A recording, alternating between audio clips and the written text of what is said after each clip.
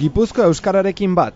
Hau da Gipuzkoako Foru Aldundiak eta Errealak sinatu duten euskara sustatzeko babes akordioaren lema. Akordio bat daukagu momentu honetan onartu dugu, bai Foru Aldundiak eta baita Errealak, elkarlan bat gauzatzeko bi erakunden artean, alde batetik euskararen erabilera bultzatzeko, eta beste aldetik baita ere balio sozialak bultzatzeko Gipuzkoako lurraldean.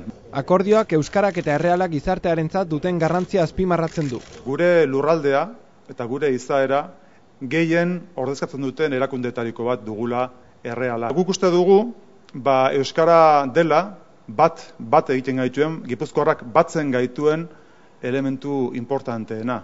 Erreala aproposa da euskararen alde egiteko, hainbat balore transmititzen dituelako.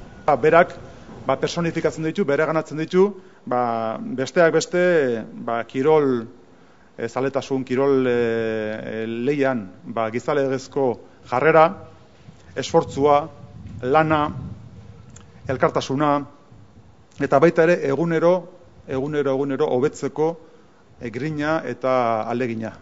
Foru Aldundiak 1.200.000 euro ordainduko dizkio Errealari 2010 eta 2011 bitartean.